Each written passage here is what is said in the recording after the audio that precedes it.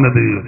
അഹ്ലുസുന്നത്തി വൽ ജമാഅത്ത് എന്ന് പറഞ്ഞാൽ ഈ സമുദായത്തിലുള്ള പൂർവീകർ, ഈ സമുദായത്തിൽ കഴിഞ്ഞുപോയ ഇമാമുകൾ, ഇമാമുൽ അഅ്ലം അബൂ ഹനീഫത്തുൽ കൂഫി, ഇമാമുന ശാഫിഈ, ഇമാം മാലിക്, ഇമാം മുഹമ്മദ് ഇബ്നു ഹംബൽ തുടങ്ങിയുള്ള വലിയ വലിയ പണ്ഡിതന്മാർ, അവിടെ നിങ്ങോട്ട് ഇമാമുൽ ഹറമൈനി ഹുജ്ജത്തുൽ ഇസ്ലാം അബൂ ഹാമിദ് അൽ ഗസാലി, ഇമാം അബൂ ഹാമിദ് അൽ ഇസ്ഫറായിനി, ഇമാം ഖഫാൽ, ഇമാം മാവർദി, ഇമാം റൂയാനി, ഇമാം നവവി, ആ പരമ്പര നീണ്ടതാണ്.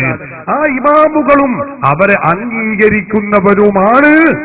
സഹോദരന്മാരെ, അഹ്ലുസുന്നത്തി വൽ ജമാഅത്ത് എന്ന് ഞങ്ങൾ പറയുന്നതല്ല, മുജാഹിദിന്റെ നേതാവെന്ന് അവർ കൊട്ടിഘോഷിക്കുന്ന വ്യക്തിയാണ് ഇത് രേഖപ്പെടുത്തി വെച്ചിട്ടുള്ളത്. നാം ചിന്തിക്കണം.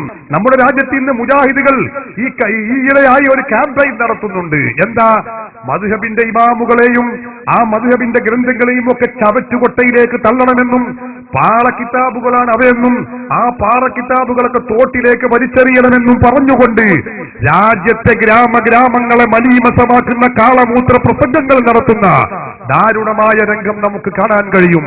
സഹോദരന്മാരെ, മദ്ഹബിന്റെ ഇമാമുകളുടെ ഗ്രന്ഥങ്ങൾ അല്ലെങ്കിൽ മദ്ഹബിന്റെ ഗ്രന്ഥങ്ങൾ അത് അസ്വീകാര്യമാണ്, അത് ശരിയല്ല, അത് ഖുർആനിന് വിരുദ്ധമാണ്, ഹദീസുകൾക്ക് വിരുദ്ധമാണ് എന്ന് പറഞ്ഞുകൊണ്ടാണ് മുജാഹിദുകൾ ക്യാമ്പയിൻ നടത്തുന്നതെങ്കിൽ ഇവരുടെ ആശയ സ്രോതസ്സെന്ന് അവര് പരിചയപ്പെടുത്തിയ ഇസ്ലാഹി പ്രസ്ഥാന ചരിത്രത്തിന്റെ ഒരു ആമുഖം എന്ന ഈ പുസ്തകത്തിൽ കേന്ദ്രം പരിചയപ്പെടുത്തുന്ന ഇബ്നു തൈമിയ്യ പറയുന്നത് എന്താണെന്നോ? അഹ്ലുസുന്നത്തി വൽ ജമാഅത്ത്, ആ സുന്നത്ത് ജമാഅത്തിന്റെ ആളുകൾ എന്ന് പറഞ്ഞാൽ ഹും സലഫുൽ ഉമ്മത്തി വഅയിമ്മത്തുഹാ, ഈ സമുദായത്തിലുള്ള ഇമാമുകളും ഈ സമുദായത്തിൽ കഴിഞ്ഞു പോയ പൂർവീകരുമാകുന്നു. അവരെ അംഗീകരിക്കുന്നവർക്കാണ് അഹ്ലുസുന്നത്തി വൽ ജമാഅത്ത് എന്ന് പറയുക. അല്ലാഹുവിന്റെ റസൂൽ പറയുന്നതോ ആ അഹ്ലുസുന്നത്തി വൽ ജമാഅത്ത് മാത്രമേ സ്വർഗത്തിലേക്ക് പോവുകയുള്ളൂ. ഇതോടെ ചിത്രം വ്യക്തമാവുകയാണ്. ഈ പൂർവീകർ പഠിപ്പിച്ച, ഇമാമുകൾ പഠിപ്പിച്ച ഖുർആനിനെ കുറിച്ചും സുന്നത്തിനെ കുറിച്ചും വളരെ കൂടുതൽ ആഴത്തിൽ പഠിച്ചുള്ള മഹാത്മാക്കളാണ് കഴിഞ്ഞുപോയ ഇമാമുകൾ. ലക്ഷക്കണക്കിന് ഹദീസ് പാണ്ഡിത്യമുള്ള മഹാമനീഷികളാണവർ. ആ മദ്ഹബിന്റെ ഇമാമുകൾ ഉൾപ്പെടെയുള്ള ഇമാമുകൾ അവര് പഠിപ്പിച്ച ആശയമാണ് യഥാർത്ഥ ഇസ്ലാം എന്ന് പറയുന്നത്. അവർ ഖുർആൻ അറിയാത്തവരല്ല, അവർ ഹദീസ് അറിയാത്തവരല്ല, പ്രമാണം അറിയാത്തവരല്ല.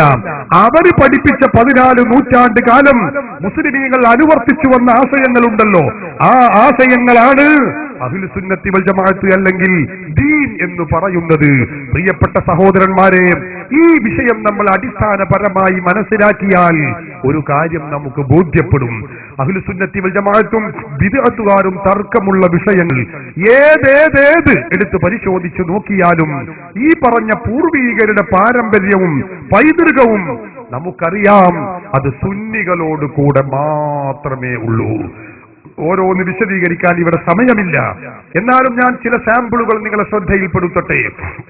സുന്നികളും അല്ലാത്തവരും തമ്മിൽ തർക്കമുള്ള ഒരുപാട് വിഷയങ്ങളുണ്ടല്ലോ.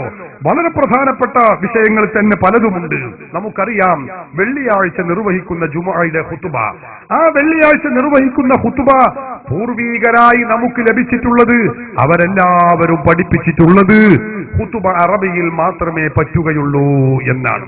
നമുക്കെല്ലാവർക്കും അറിയാവുന്ന കാര്യമാണ്.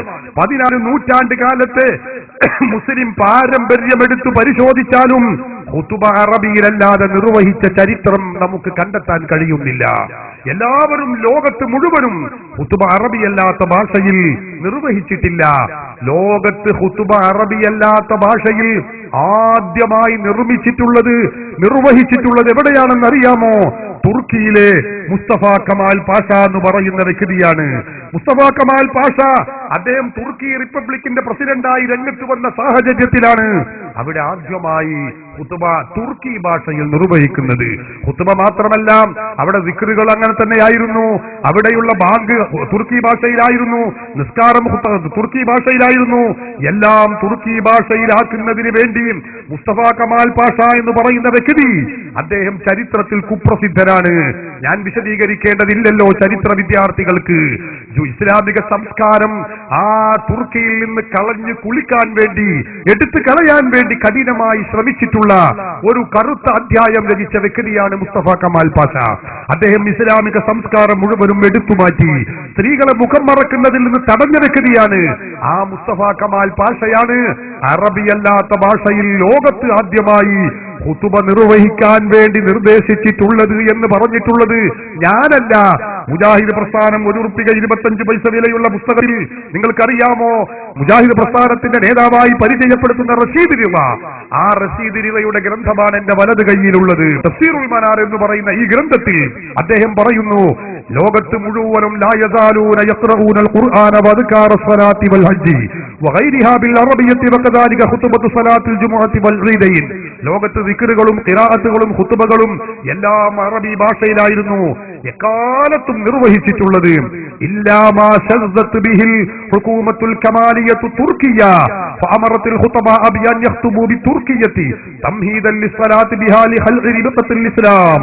അദ്ദേഹം പറയുന്നു, ഇസ്ലാമിക സംസ്കാരം കഴുത്തിൽ നിന്ന് വലിച്ചെറിഞ്ഞ് പൊട്ടിച്ചെറിഞ്ഞ് മാറ്റുന്നതിന്റെ ഭാഗമായി ആ തുർക്കിയിലെ മുസ്തഫ കമാൽ പാഷയുടെ ഭരണകൂടമാണ് ആദ്യമായി അറബിയല്ലാത്ത ഭാഷയിൽ, തുർക്കി ഭാഷയിൽ ഖതീബുമാരോട് ഖുതുബ ഓതാൻ നിർദ്ദേശിച്ചിട്ടുള്ളത്. ലോകത്ത് അതിനു മുമ്പ് ഇങ്ങനെ ഒരു സംസ്കാരമില്ല, ഒരു പാരമ്പര്യമില്ല. ഇതെന്നാ നിർവഹിക്കുന്നത് 1920-കൾക്ക് ശേഷമാണ് മുസ്തഫ കമാൽ പാഷ തുർക്കി റിപ്പബ്ലിക്കിന്റെ പ്രസിഡന്റ് ആകുന്നത് എന്ന് ചരിത്ര വിദ്യാർത്ഥികൾക്കറിയാം.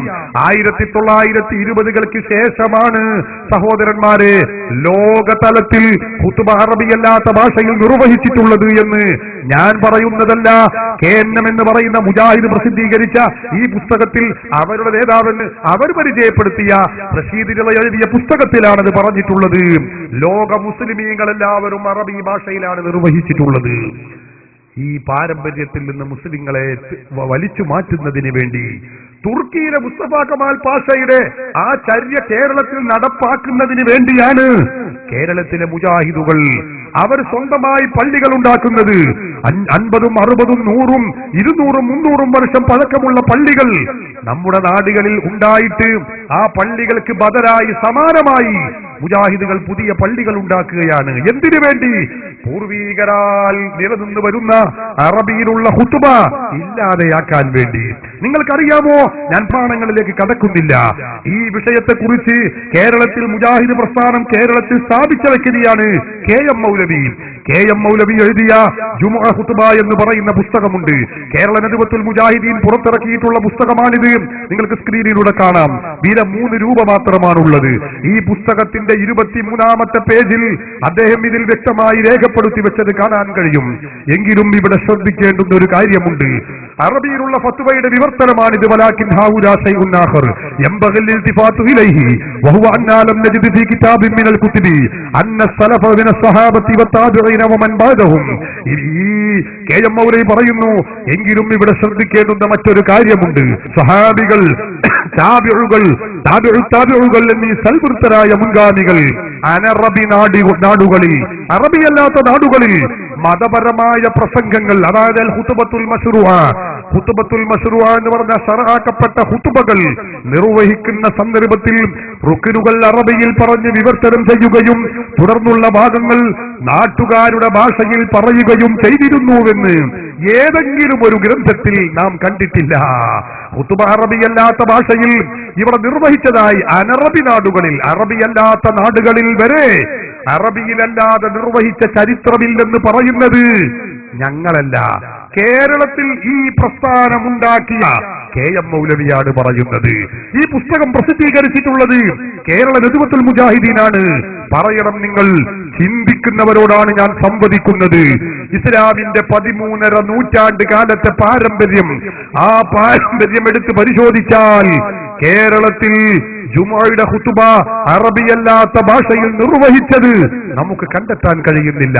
കേരളത്തിൽ ആദ്യമായി മലയാളത്തിലുള്ള ഖുതുബ നിർവഹിച്ചിട്ടുള്ളത് കൊച്ചിയിലെ മട്ടാഞ്ചേരി എന്ന് പറയുന്ന സ്ഥലത്തുള്ള പുതിയ പള്ളി എന്ന് പറയുന്ന പള്ളിയിൽ പരേതരായ ഹാജി അബ്ദുള്ള സേട്ട് നിർമ്മിച്ച പള്ളിയിലാണെന്ന് 1972 സൽസബീൽ പുസ്തകം 2 ലക്കം 2 വളരെ വ്യക്തമായി രേഖപ്പെടുത്തി വെച്ചത് നമുക്ക് കാണാൻ കഴിയും.